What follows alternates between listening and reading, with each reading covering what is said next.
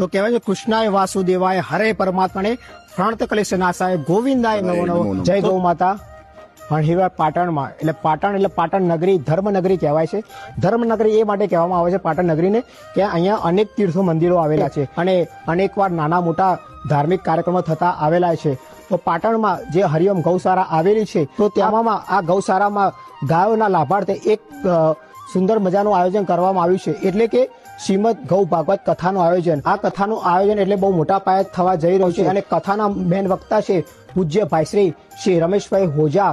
તો તારીખ 1 ડિસેમ્બરથી 7 ડિસેમ્બર સુધી આ કથા યોજાશે. તો ચાલો મારી સાથે જે હરિઓમ ગૌશાળાના જે સંસ્થાપક છે દિનેશભાઈ જોશી, તેમને જય ગૌ માતા. દિનેશભાઈ, જે આ તમે કથાનું આયોજન કર્યું છે શ્રીમદ ગૌ ભાગવત કથાનું, તેમાં કઈ પ્રકારનું આયોજન કર્યું છે તમે? મૂળ અનાવાડા અને સરસ્વતી નદીના કિનારે અણહિલવાડ ગૌ ભક્તિ મહોત્સવ ગૌશાળાના પટાંગણમાં જ આનું આયોજન કરવાનું અમે નક્કી કર્યું છે. એટલે કે જે ભાવિક ભક્તો જે ભોજન લેશે એ સંપૂર્ણ ભારતીય વેદલક્ષણા ગૌ માતાના ઘીમાંથી નિર્મિત પ્રસાદ હશે. કે વ્યાસપીઠ ને વ્યાસપીઠની સામે ભગવાન શ્રી કૃષ્ણને સૌથી પ્રિય છે એવા ભારતીય ગૌ માતા પ્રત્યક્ષ ત્યાં વ્યાસપીઠની સામે હશે. આપની ચેનલની માધ્યમથી કહેવા માંગુ છું કે એકવાર આપ ચોક્કસ આવજો.